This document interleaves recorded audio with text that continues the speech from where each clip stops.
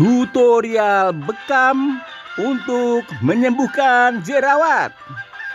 Assalamualaikum warahmatullahi wabarakatuh. Teman-teman, pagi ini kami dibantu dengan musik Nasidariah untuk menjelaskan tentang bekam untuk keperluan menghilangkan jerawat. Masalah jerawat bisa menimpa baik pria maupun wanita. Ya teman-teman, telah datang seorang laki-laki bernama Roni berusia 22 tahun yang mengeluhkan sering muncul jerawat karena kulit mukanya berminyak. Aktivitas Roni adalah bekerja dan hobinya olahraga voli. Roni berharap dengan dibekam maka tidak akan timbul jerawat dan wajah berminyak. Ya teman-teman, banyak sekali jenis-jenis jerawat. Gangguan jerawat sering menyerang remaja yang sedang masuk masa pubertas dan orang-orang yang kulitnya berminyak. Nah, jerawat ini timbul karena adanya sekresi kelenjar yang disebut sebum yang menyumbat pori-pori kulit. Sebum adalah zat lemak yang membantu melumasi kulit. Hal tersebut yang menyebabkan minyak tidak dapat keluar dan mengumpal di bawah kulit, sehingga terjadi pembengkakan seperti kista-kista kecil. Jika pecah akan menjadi infeksi dan peradangan. Ya teman-teman, aneka jenis jerawat bisa kita lihat. Ada komedo putih alias whitehead, adalah jenis jerawat dasar yang paling sering muncul di wajah.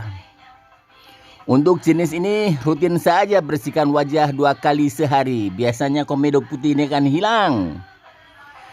Kemudian komedo hitam. Komedo hitam atau blackhead. Jenis ini yang sudah muncul ke permukaan kulit. Bisa menggunakan produk perawatan kulit dengan formula BHA. Ada jerawat papula, jenis yang paling jinak. Bentuknya mirip benjolan kecil dan berwarna merah. Jenis papula ini bisa diobati dengan antibiotik. Dan keempat, jerawat papula juga bisa berubah jadi makin parah yang berisi nanah. Namanya jerawat pustula. Pustula ukurannya kecil, akan berkurang secara alami dan bisa diobati dengan produk yang mengandung salicylic acid. Kemudian ada nodula, jenis jerawat yang meradang, yang lebih serius, menimbulkan rasa sakit dan susah hilangnya. Ini perlu dokter kulit. Dan ini tempat-tempat jerawat teman-teman. Kalau di pipi, ada juga yang di kening dan lain, dan itu memiliki makna tersendiri teman-teman. Ada lagi jerawat yang lebih besar dan menyakitkan. Namanya jerawat kista. Jerawat kista atau kistik. Biasanya disebut jerawat batu. Perlu diobati oleh dokter kulit karena lokasinya lebih mendalam dan diselimuti oleh darah atau nanah. Ya teman-teman, penyebab jerawat itu disebabkan oleh banyak hal, terutama hormon, bakteri, dan penumpukan kulit mati. Jenisnya pun beragam dan memiliki cara penanganan yang berbeda-beda. Pertama, perubahan hormon androgen saat pubertas. 2. Penyumbatan pada folikel rambut sehingga minyak tidak bisa keluar.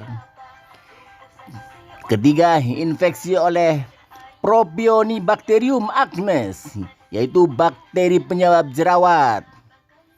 Dan yang keempat, faktor lain seperti gangguan kosmetik yang tidak cocok, stres, dan perubahan ekstrim.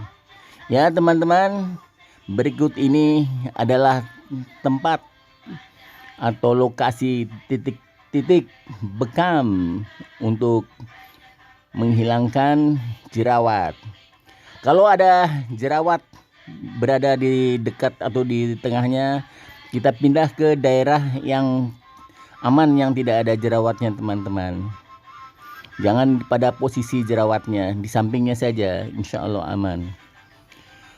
Teman-teman, tata laksana pembekaman untuk jerawat.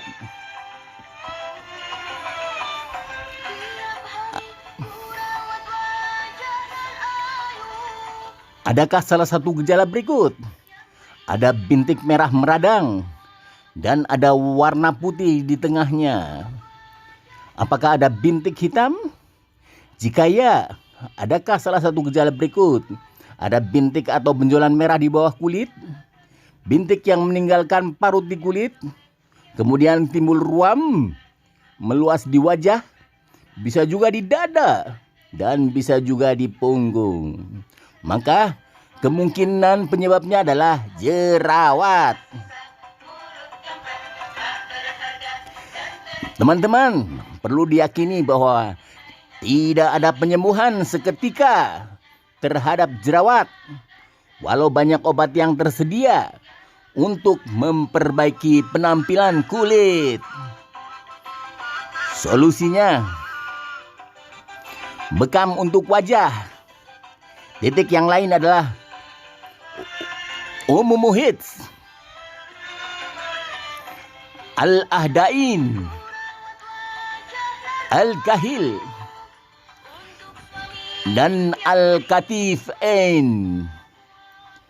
Untuk perawatannya teman-teman, jaga kebersihan kulit, hindari memegang dan memencet jerawat,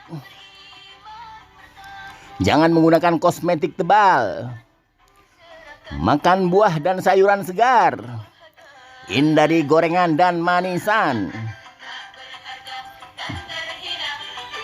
Notifikasi untuk pembekam. Pada proses pembekaman,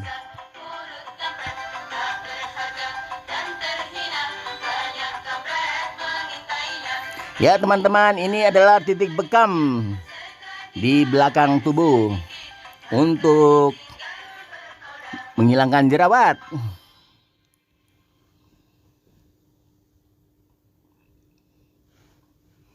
Proses pembekamannya. Bekam pada umumnya mengandung arti mengeluarkan sesuatu dari tubuh dengan menggunakan alat penghirupan tertentu seperti menggunakan kop. Metode khusus ini merupakan salah satu yang memberikan perbedaan yang signifikan antara donor darah dan bekam itu sendiri, yaitu melalui temuan akhir dari proses tersebut. Bekam tanpa melalui proses ini seperti produksi darah saja. Proses ini merupakan proses melepaskan yang akan menimbulkan tekanan negatif pada bagian yang akan ditangkupkan. Selain itu, proses pengumpulan zat patologis penyebab atau CPS, atau bahasa sederhananya, penyakit akan terkumpul pada daerah yang bertekanan. CPS ini terdiri dari racun, sel darah mati, sel darah rusak, radikal bebas, dan sejenisnya. Ini adalah bahan yang ingin dikeluarkan selama proses bekam. Bukan banyak darah yang mengisi cairan bekam itu sendiri. Dikhawatirkan yang dikeluarkan adalah sel darah sehat yang mengangkut nutrisi dan nutrisi yang dipasok ke seluruh tubuh. Yang terpenting saat melakukan bekam adalah cara yang tepat untuk memastikan bahan yang keluar saat berbekam akurat. Bukan masalah kentalnya darah. Darah pekat adalah darah yang menggumpal, merupakan hasil sekresi trombosit untuk menutup luka yang dihasilkan, tetapi keluar bersama darah yang keluar saat bekam dan selanjutnya menyebabkan darah yang ada di luar menggumpal.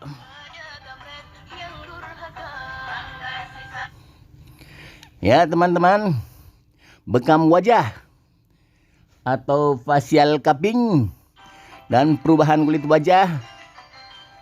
Banyak praktisi bekam estetika yang mengklaim bahwa bekam dapat meningkatkan kesehatan kulit di wajah, termasuk menghilangkan jerawat. mengurangi garis wajah dan kerutan wajah, dan meningkatkan elastisitas wajah dan lain-lain. Testimoninya juga banyak.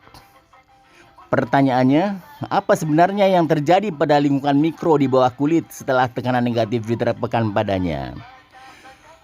Teman-teman, sebuah penelitian tentang efek bekam pada lingkungan mikro kulit telah dilakukan oleh Yingying Z tahun 2020 dengan menggunakan instrumen ORPAM untuk memantau perubahan struktur. Mereka menemukan bahwa setelah 5 menit tekanan negatif, 20 kPa dihentikan. Ada lebih banyak kapiler yang muncul sebagai angiogenesis atau pembentukan darah baru.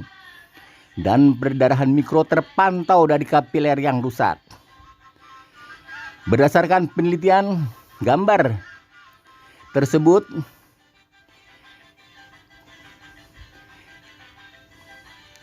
banyak sekali hal yang bisa kita ambil pelajaran. Teman-teman, bila mana artikel ini dirasa bermanfaat, jangan lupa subscribe, komen, like, dan share. Salam sehat selalu dari Rumah Sehat Tera Afiat bersama saya Ferry Jaya Priyana.